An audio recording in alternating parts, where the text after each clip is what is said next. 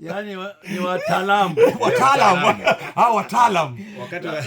wataalamu wanashindwa kazi. Ni aibu kubwa sana. Tumerudisha ni kama ile ya Mobutu ama uongozi za kifalme. Kila mtu lazima akionekana na rais ndio unatambua ya kwamba umefika. Okay. Kila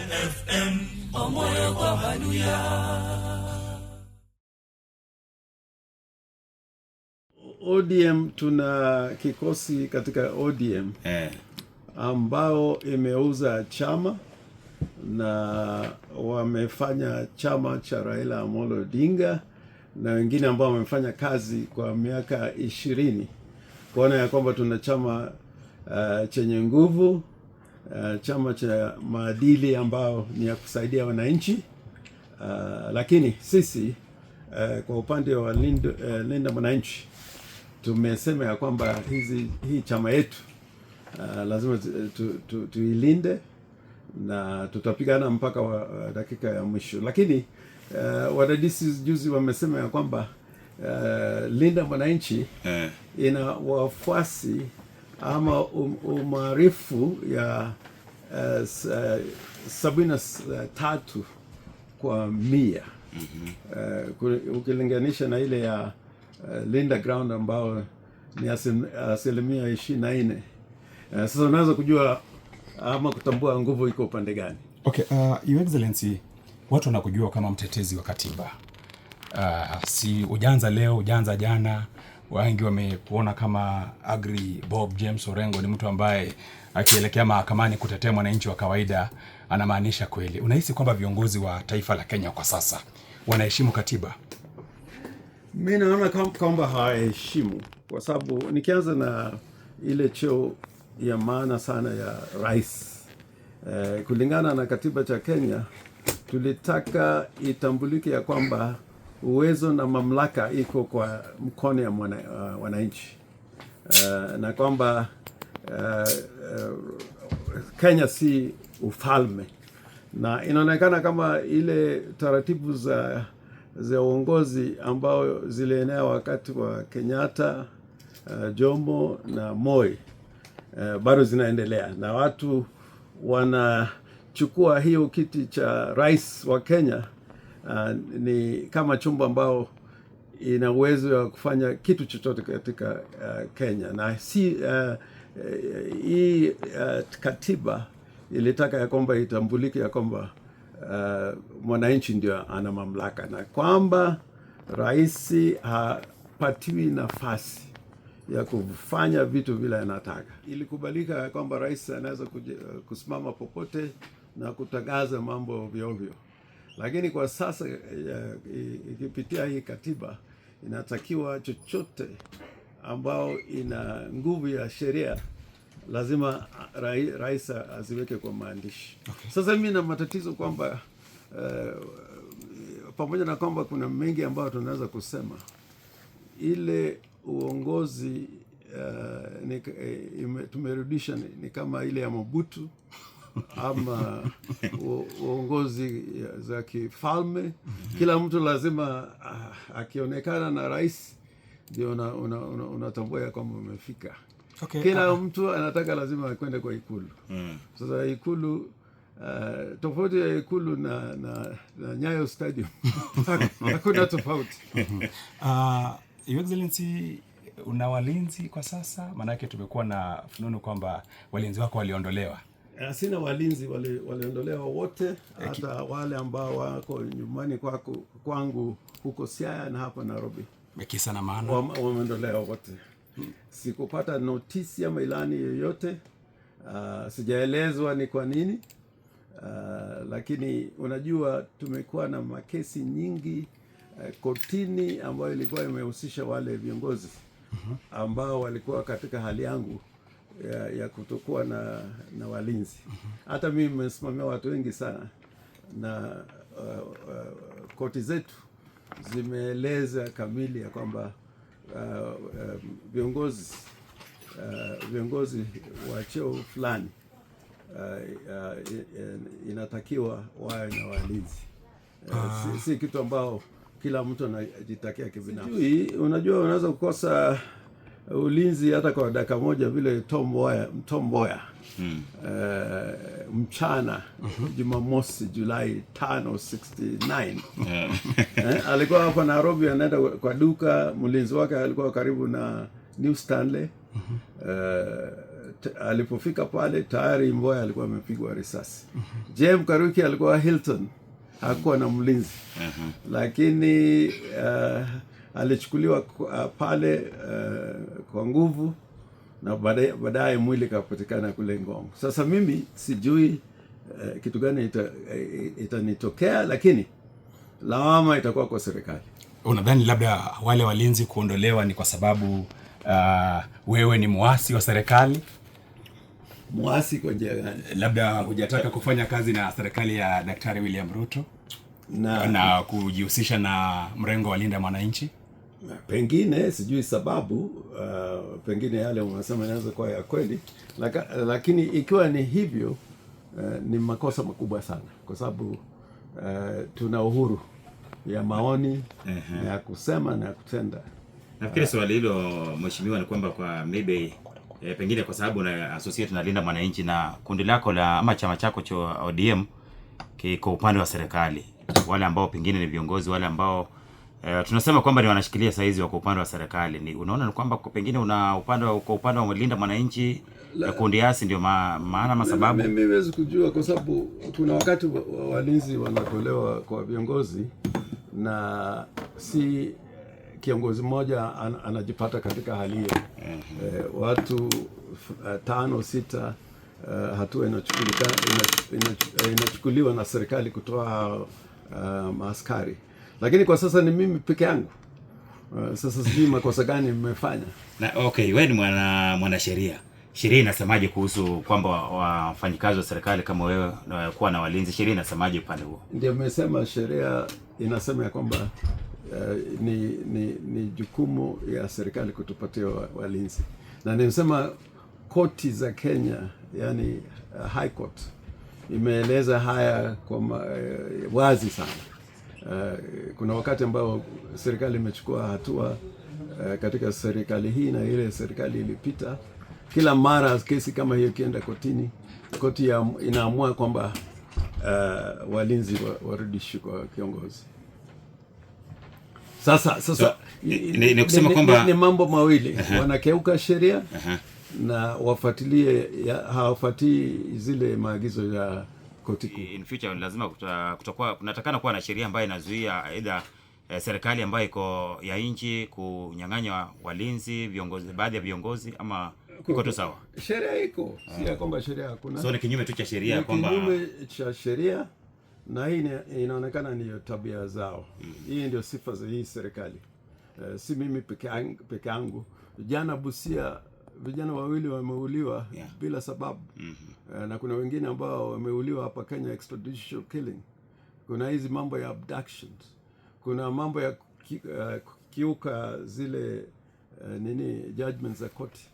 So si Orengo peke yake, inaonekana kwa jumla serikali hii ina sifa za kukosa kufuata sheria.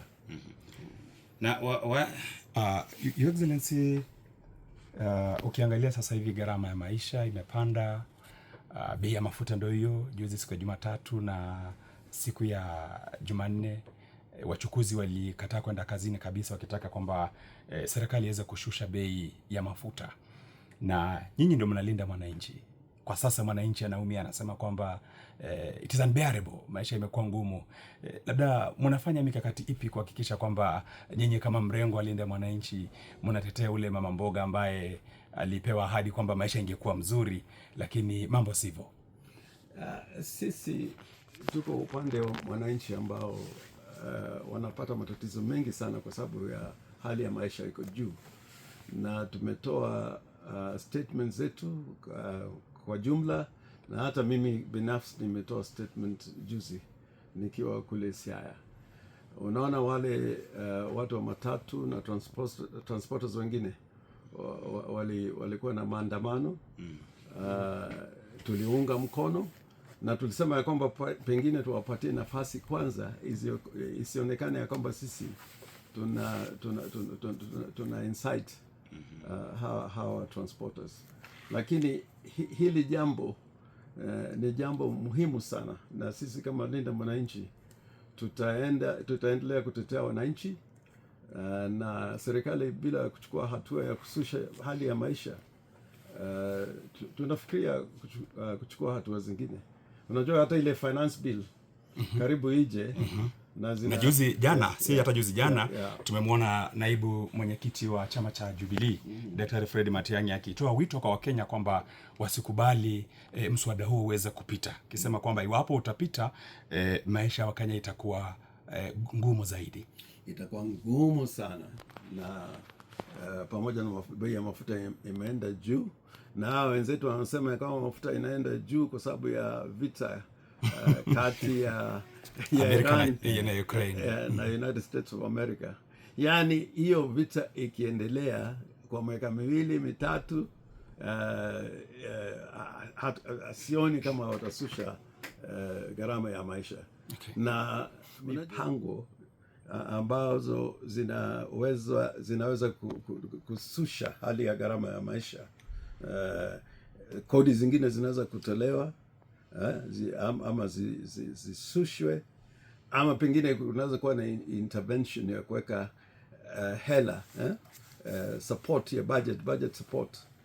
Kama sasa tulikuwa nasema ya kwamba kama serikali inaweza kutoa kama bilioni 10 ili kuona kwamba ile mzigo ya Raila mzigo wa gharama ya maisha mzigo ya gharama ya maisha imesushwa chini. Hiyo inawezekana kwa sababu unaona kama sasa rais wetu anaenda nchi ya Azerbaijan kule Baku, na anatumia private jet. Kwa hiyo safari moja peke yake ametumia karibu 100 million shillings. Hizo pesa kama ilikuwa imetumiwa kusaidia wananchi kwa mambo ya bei ya mafuta, ingekuwa imefaa zaidi. Okay. Lakini sasa tuna president amekuwa kama Mugabe. Mugabe unajua kule kwake alikuwa anaitwa Vasco da Gama. Kwa sababu alikuwa yuko kwa safari kila wakati. Okay. Sasa Kenya pia tuna Vasco da Gama tu. So kulingana na wewe unafikiria ni nini ambacho haswa kama ungekuwa rais, nini ambacho ungefanya at least kuhakikisha kwamba hii bei ya mafuta iko at least stable for normal mwananchi wa Kenya in future? Kwa sababu sasa ni kitu ambacho tuna kila wakati ni kama tumeweka siasa sana kwa mafuta mpaka tunasahau sasa mwananchi wa kawaida anaumia.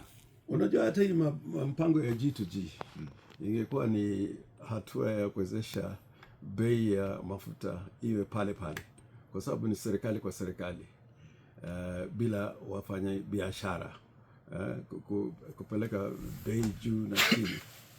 Lakini inaonekana hiyo mpango watu binafsi wameingilia ndani, ndio liona kama mafuta zingine zinaingia katika Kenya ambayo ni mafuta ambayo hazifai. Okay. Pia kuna kitu ambao kwa kizungu wanaita futures, yani unaangalia bei za mafuta ama kitu chochote ambao nchi inataka, unaiangalia kwa miaka 10 ama 20, na unasikizana na yule mteja ama yule jamaa ambaye anauza hiyo mafuta, unasema mimi nitakulipa bei ambayo itabaki pale pale kwa miaka 5 ama miaka 20. Kuna nchi ambazo zinafanya hivyo, na si muujiza kuona kwamba Uganda, Tanzania, Ethiopia, Rwanda bei ya mafuta iko chini ya bei ya mafuta katika Kenya. Na kuna sijui waziri gani alikuwa anasema ya kwamba ati Kenya imeendelea zaidi ya hawa majirani ndio ikafanya bei iende juu. Sasa sijui kule United States of America ambayo bei iko chini, pamoja na kwamba wako kwa vita. Yes. Tuko na hali juu ya maendeleo kuliko United States of America, ambao walikuwa katika chama cha ODM. Mzungumzie Ali Hassan Joho, Opiyo Wandayi, Wycliffe Oparanya, John Mbadi. Wakati huo walikuwa katika chama cha ODM na walisema kwamba serikali hii ya William Ruto inatekeleza mambo kinyume cha sheria. Nakumbuka hata kuna siku Wandai waziri akiwa katika bunge la kitaifa akauliza, who advises this government?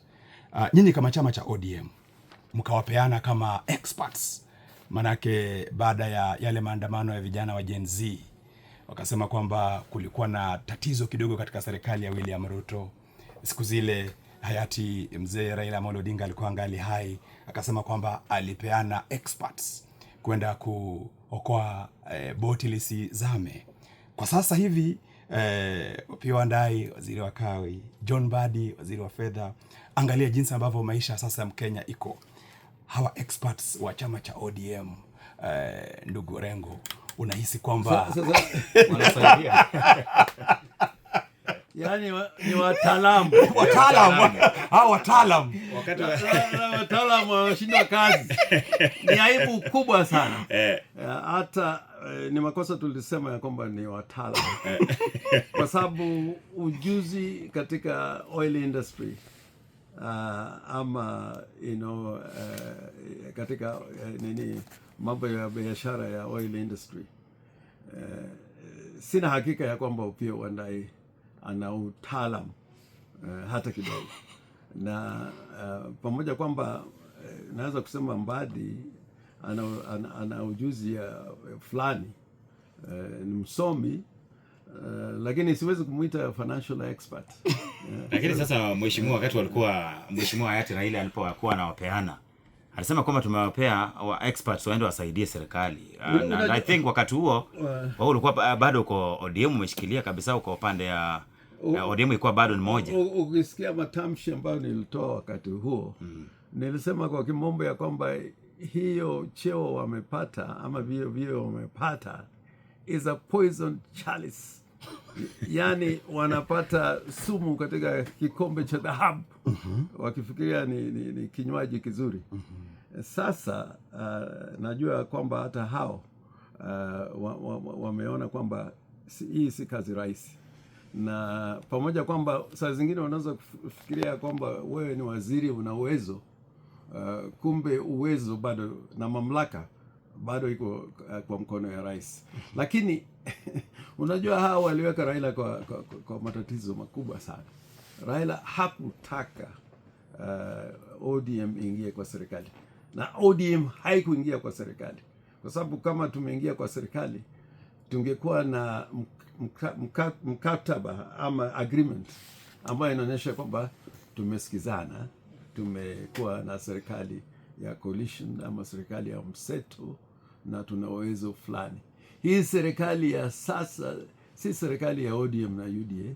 Kiongozi ya hiyo serikali ni Ruto. Hizi appointment zao hawa mawaziri iko katika mkono ama yule aliweka sahihi ni Rais Ruto. Raila hakuweka mkono.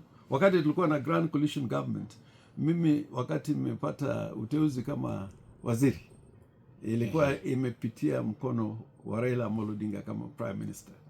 Sasa pia haiwezekani kamwe muwe katika serikali na kule katika bunge uongozi wa opposition ama uongozi wa wale wako chache bungeni ni ODM. Yana huko. Umesema kwamba si vema sana kuzungumzia mtu mwenye hayuko. Walikuwa mashaenda.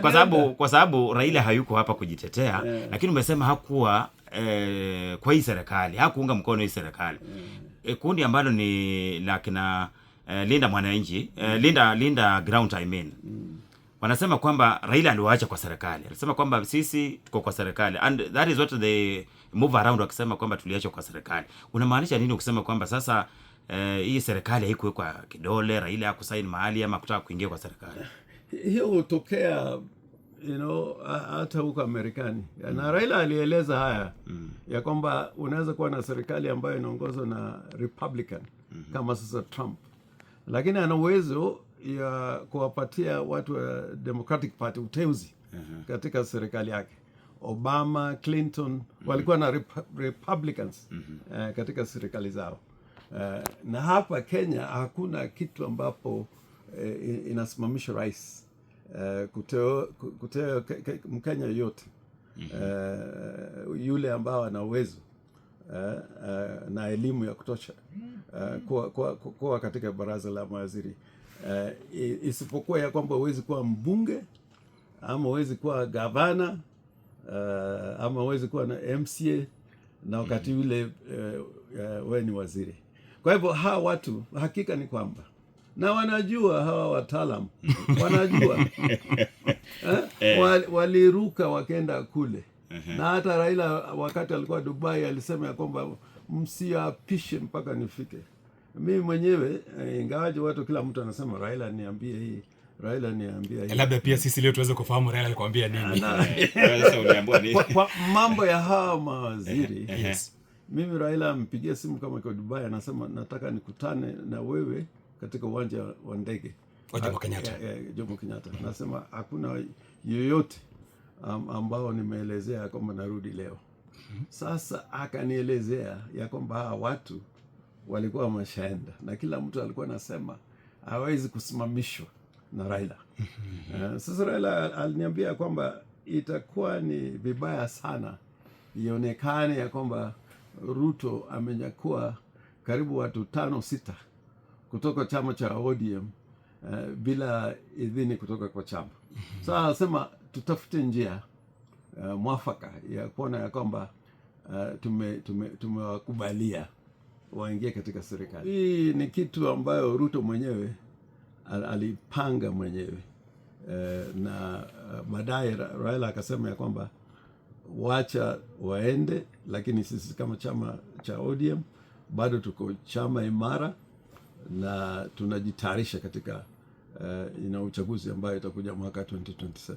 Okay, ningependa kujua masaibu ambayo yalimsibu katibu mkuu wa chama cha ODM Edwin Sifuna, mpaka kukawa na mkutano wakasema kwamba wamemuondoa kama katibu mkuu ingawa kaelekea mahakamani.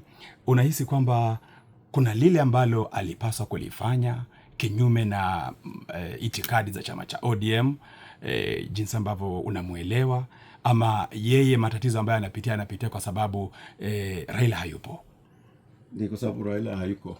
Walianza hii vita na Sifuna wakati Raila alikuwa hai. Sifuna alikuwa anatoa matamshi kwa niaba ya chama na wanaanza kumpiga Sifuna. Raila akasema mjue ya kwamba sauti ya chama ni Edwin Sifuna. Hakusema mara moja, alisema mara kadhaa. Na Sifuna amekuwa na Raila karibu miaka 9 akifanya kazi pamoja na Raila. Na naweza kusema ya kwamba pamoja na kwamba Profesa Nyang ni mtu ambaye anampatia heshima kabisa, na alikuwa katibu mkuu ya chama cha ODM, mwanzilishi wa ODM. Naweza kusema ya kwamba hao wawili ndio wamekuwa makatibu wa chama ambao wametuletea heshima kubwa sana. Na Sifuna alikuwa anafuata sheria za chama, katiba ya chama, katiba ya nchi yetu ya Kenya, kwa sababu hata vyama vya kisiasa lazima zifuate katiba na sheria za Kenya. Na pia alikuwa na msemo ambayo ilikuwa ya uzalendo kabisa kabisa. Kwa hivyo mimi naona kwamba hao wenzetu walikuwa wameshaanza kupata peremende kutoka kwa Ruto. Okay. Na waliona kama Sifuna amekuwa mwiba katika ndugu Orengo, tumekuona ukifanya kazi kabisa na viongozi vijana. Mzungumzie katibu mkuu wa chama cha ODM Edwin Sifuna, mbunge wa Embakasi Mashariki Babu Owino, mbunge kutoka Saboti Caleb Amisi, seneta wa kaunti Vihiga Godfrey Osotsi. Unahisi kwamba huu sasa ndo wakati wa vijana kuongoza? Manake wakati mlipoanza vuguvugu hili la Linda Mwananchi, wengi walisema kwamba sasa Orengo ndo coach. Sema kwamba Orengo anaona kwamba ni kama siasa za kule Siaya azimridhishi, anataka kujiweka katika ulingo wa kitaifa.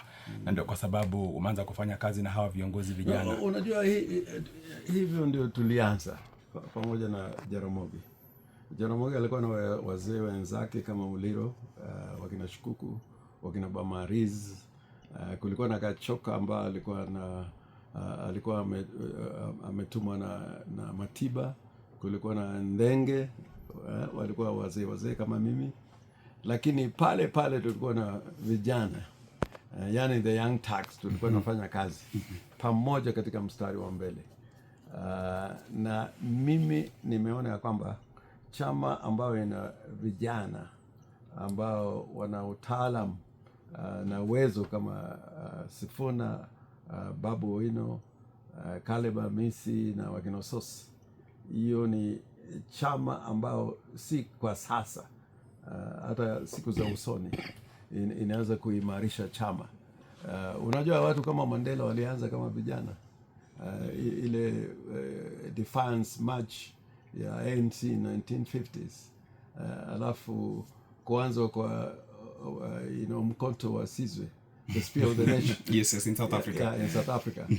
Kulikuwa na viongozi wa chama ambao wamekomaa wazee, lakini waliona kwamba wanataka kijana kama Mandela katika zile za harakati sasa kuchapana vikali na serikali ya South Africa, the racist government. Wakaona ya kwamba lazima wawe na vijana katika zile harakati. Na kwa sasa hata mimi vile tulipata mwongozo kutoka kwa Jaramogi Muliro, na tulikuwa wengi, Raila, Wamalo wa kijana, kulikuwa Anyang' Nyong'o, kulikuwa na Gitobe Manyara, tulikuwa Mkisa Kitui, tulikuwa tunafanya kazi pamoja, na kuna wakati mwingine tulikuwa tengeza timu tofauti. Kama wakati mwingine nilikuwa ninaenda kwa campaign Pwani na Muliro, na unajua Muliro alifanya kazi na Ngala, sasa alikuwa anajua viongozi wengi sana Pwani. Sasa tutafanya mikutano nyingi sana, na Muliro alikuwa kiongozi shupavu sana. Kwa hivyo mimi naona kwamba chama chochote ambao haina vijana ambao wana uwezo kama ya Sifuna, Babu, chama kama hicho haiwezi kuwa na hali bora siku za usoni. Hata kidogo, no instruments, no agreement, no any signing somewhere, anywhere. Hakuna kitu ambapo Raila na Ruto waliweka sahihi ni ile kitu inaitwa 10-point agenda. Na hapo katika hiyo 10-point agenda walisema ya kwamba hiyo agreement haikutoa nguvu kwa chama cha ODM ama cha UDA kuwa na coalition government kati ya hizi vyama viwili.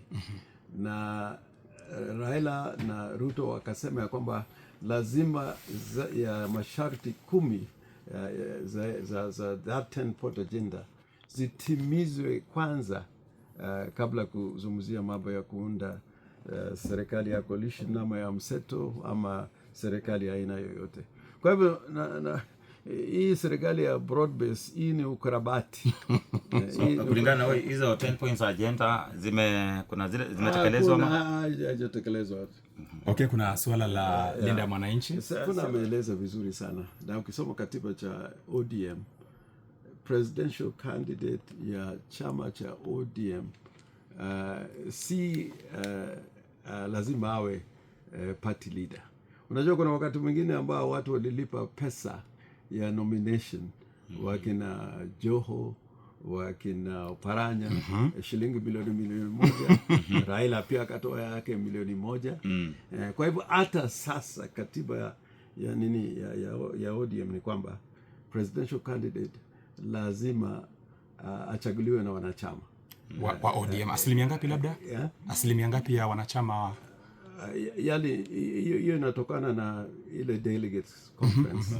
Delegate conference inakuwa kama watu 3,000 hivi. Right. Yeah. Sasa wakipitia hiyo masharti na kuchaguliwa na delegates congress, inaweza kuwa national or special delegates congress, basi huyo mtu anaweza kuwa presidential candidate. Jamaa kutoka Dandora na ameelezea kwamba pia mambo ya juzi anasema lakini hakusema nimesema nini.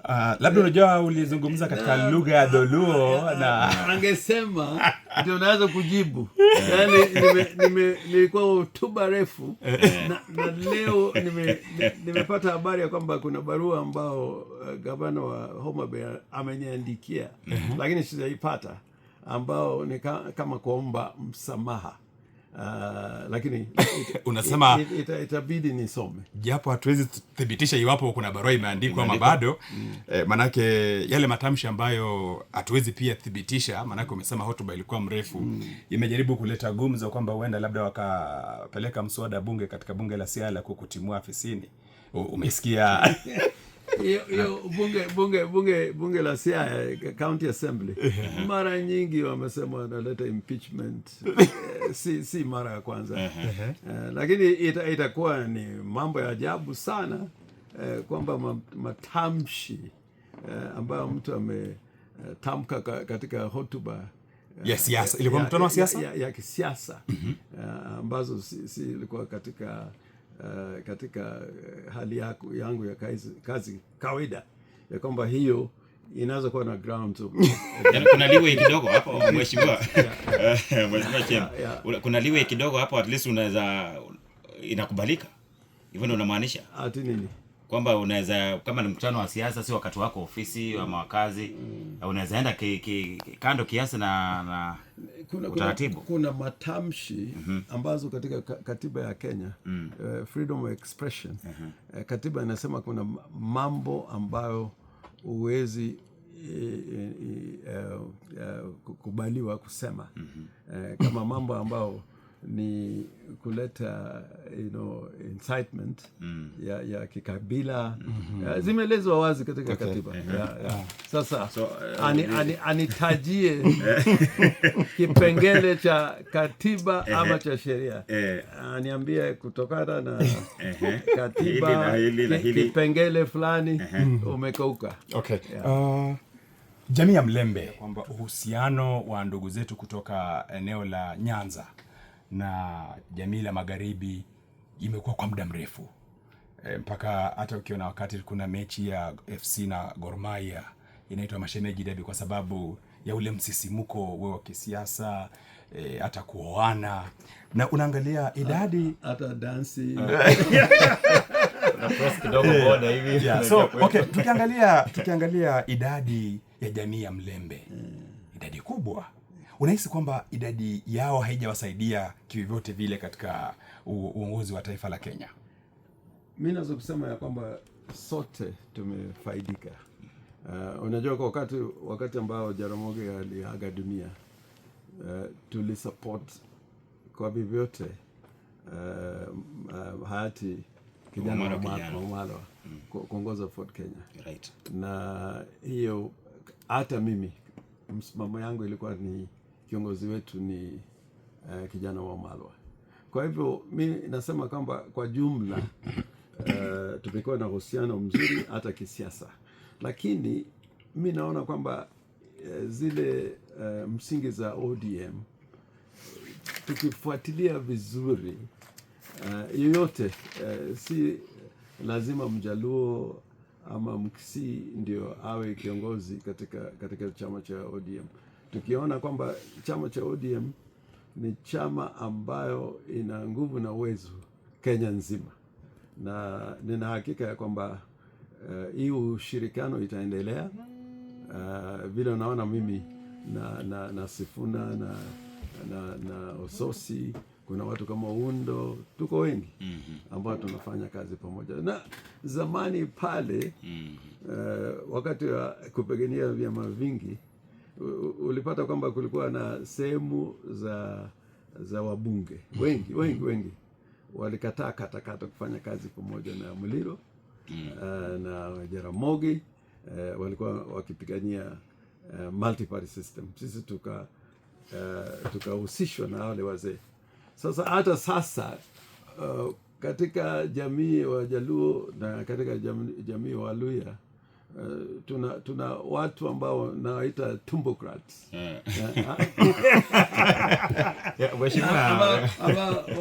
wanaangalia maslahi ya tumbo, faida kibinafsi. Sasa ni vigumu sana kufanya kazi nao, lakini wewe ukija tuseme Kisumu, Ososi na Sifuna wana heshima kubwa sana. Mimi na Babu Owino tukienda Kakamega tunapata heshima kubwa sana. Sasa lazima tujenge chama cha kitaifa kama ile ANC ya South Africa. Unapata kama yule Rais Ramaphosa ametoka kwa jamii ndogo sana, na kata mwingine wakina Mandela hawakuwa kutoka kwa jamii kubwa kama ya Wazulu. Wametoka kwa jamii wa Kosa ambao ni nusu ya Wazulu. So ile chama tunajenga ndio itakuwa ni njia bora ya kutekeleza yale ambayo tunataka Kenya iwe, na hiyo ndio msimamo wangu. Sifuna, opinion poll imetoka juzi wakasema kwamba Sifuna ako na asilimia fulani ya uungwaji mkono akiwania urais. Do you believe in their leadership? Wanaweza chukua nchi kama kiti kama ya urais au viongozi vijana? Unajua mimi siwezi kuwa nao alafu niweke masharti. Mimi natambua ya kwamba Sifuna ana uwezo, Babu Owino ana uwezo, Ososi ana uwezo. Kwa hivyo sisi kama linda wananchi tutaamua tufanye nini. Okay. Umesema kwamba wewe lakini kitu muhimu ya kwamba lazima Ruto aende nyumbani. Umesema kwamba wewe ni ODM party leader de facto. Tuweke wazi kwa yule mtu ambaye anakusikiza na ametembea na chama cha ODM tangu kilipoanzishwa. Tumeona mawimbi ambayo yamekikumba chama cha ODM, na wakati ambapo nyinyi mnazungumza katika majukwaa ya kisiasa, katika mikutano ya ODM, mnasema kwamba chama cha ODM ndio kikubwa hapa nchini Kenya, kanda ya Afrika Mashariki na hata north of Limpopo, and you can mention it. Mustakabali wa chama cha ODM kwa sasa, manake ukimwangalia party leader wa chama cha ODM ambaye kikatiba labda unajua mambo ya sheria hata wewe utambui. Sitaki nianze kujifanya katiba na ilhali uko hapa. Katiba ya chama cha ODM umesema kwamba ilikuwa imeeleza wazi kwamba iwapo ama inatueleza nini iwapo party leader ataondoka, nani anapaswa kuchukua nafasi gani, nini kinapaswa kufanyika baada ya siku ngapi. Hii imeeleza wazi kabisa kwamba yule anafaa kuchukua hiyo party leader ni mmoja wa wale deputy party leaders. Ingekuwa ni Ososi, ingekuwa ni Arati ama Nasiru yule governor wa Mombasa. Lakini walifanya ujanja siku moja kabla mwili ya Raila ijarudishwa hapa Kenya. Katika ikulu President Ruto kaa pamoja na Junet Wanga na hawa magavana wawili, party leaders wawili, ni magovernors actually, Nasir na Arati na Simba wawili. Ndio hapo wakasema ya kwamba watamweka Dr. Buru kama kiongozi wa chama bila uwezo wa kikatiba. Hata tulikuwa katika uwanja wa ndege wakati ambapo Dr. Buru alikuwa anaeleza kwamba sasa yeye ndio party leader. Alikuwa na mshangao mkubwa sana. Imetokaje? Sasa hiyo ilikuwa ni kukeuka katiba ya ODM, na hakuna njia ambayo unaweza kusafisha nayo hiyo tendo. Na pia unajua katika jamii ya Wajaluo niseme kwamba mzee akifa huwezi kuingia kwa boma lake, lazima mpaka siku ile ameshazikwa zipite kama siku 4. Lakini huyu jamaa hatujahakikisha ya kwamba ni kweli Raila amekufa. Kuhakikisha ni kuona ile kitundu chake haijafika Kenya, na wamefanya mageuzi katika chama. Hata papa kule Roma akifa lazima siku 30 zipite, na akifa wanagonga kichwa yake na kidudu kidogo kuona kwamba amekufa ama bado kweli. Na baada ya kumzika inachukua wakati ambapo ya kwamba wale makardinali wanaitwa huko mpaka ile white smoke itokee. Lakini hii ilikuwa ni kama chama cha ODM ni chama cha ya ufalme ambayo anasema the king is dead, long live the king. Because there's always a succession. So kulingana na wewe Mheshimiwa James, unaona nini ama unahisi nini kilichochea sana kusema kwamba Oburu ndio party leader? Yaani kulikuwa na wale katika chama cha ODM walikuwa wanafanya biashara na chama cha ODM. Wakaona ya kwamba tukiwa na Oburu tutakuwa na hali nzuri, the proper environment ya kufanya hii biashara walikuwa wanafanya na chama, na wanaendelea kufanya hiyo biashara. Na unaona serikali ya Kenya ina hela za ODM karibu shilingi bilioni 12. Na kama wangefuatilia hiyo pesa, chama cha ODM itakuwa na uwezo kubwa sana. Lakini sasa wanategemea mchango ya kutoka kwa President Ruto. Wakifanya hii hela kutoka kwa President Ruto, wakitaka machopas kutoka kwa President Ruto. Katibu mkuu wa chama cha ODM Edwin Sifuna, mtaje mbunge wa Saboti Caleb Hamisi, mtaje gavana kaunti ya Trans Nzoia George Natembeya. Yeah. Uhusiano wako labda na viongozi kutoka kule magharibi? Uhusiano mzuri sana, hata wakati walikuwa na mkutano ya Ososi, Natembeya na Sifuna na Undo juzi walikuwa na mkutano. Na tukaelezwa tutakuwa na hii mkutano, na hii mkutano ni muhimu kwa sababu hatutaki Kasongo aingie katika Western. Tukasema ya kwamba hata sisi tutakuwa na mkutano Nyanza, na tuwe na mkutano ambayo inahusisha watu ya magharibi, Waluhya, Wajaluo na Wakisii. Si kwamba tunataka kuwa na siasa za ukabila, lakini kuona ya kwamba haki za zile counties ambayo tunaita Lake Region Economic Block, right. Tumelinda haki zao. Na pia kama kuna kitu ambao inastahili mmoja wetu apate katika Jamhuri ya Kenya, tupige debe pamoja. Tunalinda mwananchi, tuna gavana George Natembeya hajajiweka wazi iwapo tujue kama yeye ni linda mwananchi ama labda anafanya kazi na aliyekuwa naibu wa rais Rigathi Gachagua. Kuna viongozi wengi ambao naweza sema kwamba ni wa upinzani, mtaje Stephen Kalonzo Musyoka, mtaje Daktari Fred Matiang'i. Tumeona mkono wa rais wa 4 wa Jamhuri ya Kenya Uhuru Kenyatta akijaribu kuzungumza na baadhi ya viongozi ambao wako katika upande wa upinzani, na naibu wake mwenyekiti ambaye ni Daktari Fred Matiang'i hata jana akasema kwamba anatoa wito kwa Wakenya wasikubali kupitishwa mswada wa bajeti wa mwaka 2026. Idadi ya viongozi ambao sasa mko katika upande wa upinzani mko wengi. Unahisi kwamba ni jambo la kusikitisha na kutia wasiwasi kwamba itafika wakati ambapo Sifuna atasema mimi nasimama,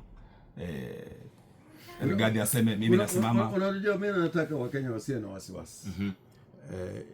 Mwaka wa 2002 tulikuwa na vyama vingi sana na watetezi wengi sana.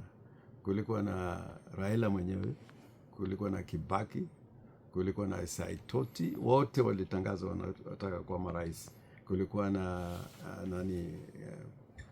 huyu mama kutoka Charity Ngilu, kulikuwa na Wamalwa, wote walikuwa wametangaza wazi ya kwamba watawania kiti cha urais. Na ikafika wakati ambapo umekuwa na mikutano. Ile mkutano ya mwisho ilikuwa katika hoteli ya Serena. Raila alifanya kazi ya ziada kuongea na kila kikundi. Alafu tukienda kule Uhuru Park akatangaza yeye Raila ya kwamba Kibaki tosha.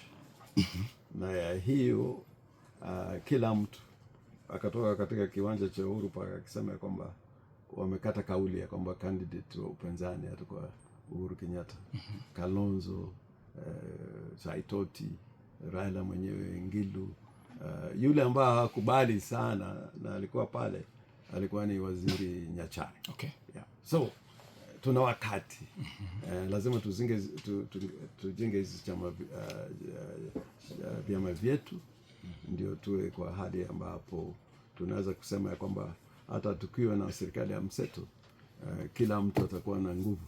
Okay. Ya kiasi. Sadaka 37 Muhuri mbele kwa mara mingi ameonyesha sehemu za kuegemea upande wa mlima. Itakuwaje kama mtafanya naye kazi ama mtaungana na watu wengine yeye abaki nje? Ukisikia matamshi ya Secretary General ya ODM Bwana Edwin Sifuna alikuwa akisema ya kwamba kwa nini hatuwezi kuunga Ruto mkono. Ni kwa sababu maadili ya chama cha UDA ni tofauti na chama chetu cha ODM. Sasa sisi tunafuatilia sana yale maadili ya vyama vingine, tuone ya kwamba kama ni vyama ambao tunaweza kufanya nayo kazi pamoja. Lakini nataka niseme kwamba hii biashara ya kufanya kazi na vyama vingine hatujaamua. Bado tunaona kwamba sisi kama Linda Mwananchi tunaweza kwenda kwa raia kama Linda Mwananchi na tusimamishe watu katika vio tofauti kutokea cheo cha rais mpaka cheo cha member of county assembly. Lakini siwezi kusema ya kwamba hapo mbele haiwezekani kwamba tunaweza kufanya kazi na vyama vingine. Vile nimeonyesha wewe mwaka 202 hatukujua kwamba Kibaki anaweza kufanya kazi na Raila, ama hatukujua kwamba Charity Ngilu na Wamalwa wanaweza kufanya kazi na Raila ama na Kibaki. Okay. Kwa hivyo mimi nakuomba usubiri tujenge chama chetu cha ODM Linda Mwananchi, na ikifika wakati ambapo sasa tutaanza kushughulika na mambo ya kuwa na wale ambao watasimama katika vio tofauti na ya muhimu ni cheo cha rais, tutaweza kuelezea wananchi wazi. Okay. Ni wakina nani tunaweza kufanya nayo kazi. Mna njama ya kusajili vuguvugu la Linda Mwananchi kama chama? Kwa sasa tunasema ya kwamba spirit na soul ya Raila iko kwa Linda Mwananchi na tuwezi kubali chama cha Raila ichukuliwe na waini ya wa kisiasa. Kwa hivyo bado tunafanya jitihada kuona ya kwamba sisi tumekomboa chama chetu. Okay. Yeah. Kuna baadhi ya vijana kutoka magharibi mwa Kenya ambao wanahisi kwamba hawajapata fursa katika serikali hii ya Rais William Ruto. Wanakusikiza kwa sasa, wengi wamekata tamaa. Juzi tumekuwa na zoezi la kusajili wapiga kura, wengi wakasema kwamba mbona nijisajili na wakati napiga kura sioni matunda ya kura yangu. Labda kama ungeweza kuzungumza na vijana kama hawa ambao kwa sasa wanakusikiza kupitia Mlembe. Mimi naomba kwa dhati ya kwamba wajiandikishe kama wapiga kura. Kuna hii vuguvugu niko kadi, wazihusishe na hiyo vuguvugu, kwa sababu haya matatizo yote hayawezi kutatuliwa na chombo chingine isipokuwa chama ambao inakuwa na viongozi ambao wamechaguliwa na kuingia katika serikali. Nikiangalia hali ya Western Region, ina mali na ina ardhi nzuri sana, lakini kuna shida, watu hawana kazi. Ukiona companies kama ile ya Pan Paper, serikali iliuza kwa njia ambayo haifai. Mumias haifanyi kazi vizuri sana, na omba kwamba ili tupate mabadiliko halisi lazima tupige kura. Na Western Kenya imekuwa katika mstari wa mbele kutoka wakati wa kupigania uhuru. Vile nimehesabu wakina Muliro, wakina Wamalwa, na hapa hata Vihiga kulikuwa na viongozi wengi, wakina Otiende, ambao walileta mabadiliko katika nchi yetu, wakina Shikuku. Kwa hivyo usikae nyumbani. Kurudisha Kasongo nyumbani, kura chako ni muhimu. Na imesemekana kwamba pengine nikiangazia tunaona kwamba kura yetu haicount. Nyinyi kama Linda Mwananchi mtahakisha aje kwamba kura yetu tumepiga ama vijana wamepiga kura na ina count this time round? Sisi kwanza tunataka tuangalie IBC, hali ya IBC. Unajua kuna sheria muhimu sana katika Elections Act ambao inasema yale vifaa za teknolojia ambao IBC inatumia katika wakati wa uchaguzi lazima zichunguzwe, hali za hizo mitambo zisahishe na vyama, na hata wakati wa kura na baada ya kura. Unajua wakati ambao tulikuwa nafanya hiyo petition ya Raila 2017 tulitaka kujua hali ya Sava. Ile ya Sava ile. Sasa wakasema ya kwamba Sava iko Ufaransa na watu wa Ufaransa bado wanalala. Kwa sasa pia ile company ambayo inatoa teknolojia na vifaa ni company kutoka Venezuela. Na Venezuela haina heshima za kuwa na serikali ambayo zimechaguliwa kidemokrasia. Sasa lazima tusikizane vizuri ya kwamba hiyo chombo cha IBC inaweza ku preside over free and fair elections. Okay, tunasalia na dakika 4. Tutakuwa tunakuruhusu uondoke. Lakini swali la mwisho tu, unahisi kwamba mwaka 2027 jamii ya Mlembe labda inaweza kuwa na kiongozi ambaye atasema kwamba amekomaa kutafuta kiti cha urais? Kuna wengi, na Sifuna ni mmoja wa wale ambao anaweza kusema bila kuogopa ya kwamba ana uwezo. Babu Owino pia kwa Wajaluo ana uwezo. Okay. Bahati mzuri ni kwamba katika chama cha Linda Mwananchi tuna watu ambao wana uwezo. Hata Orengo akiwa huko ndani. Okay. Nina uwezo. Lakini lazima tuwe na discipline, vile Mandela alikuwa anasema ya kwamba ukiwa na chama ambao watu wana discipline na ni chama ambao inalinda haki za wananchi. Okay. Mnaweza kaa chini alafu mwewe kama viongozi unasema hii ndio njia na huyo ndio kiongozi. Asante sana Gavana Orengo kutenga muda wako kuja.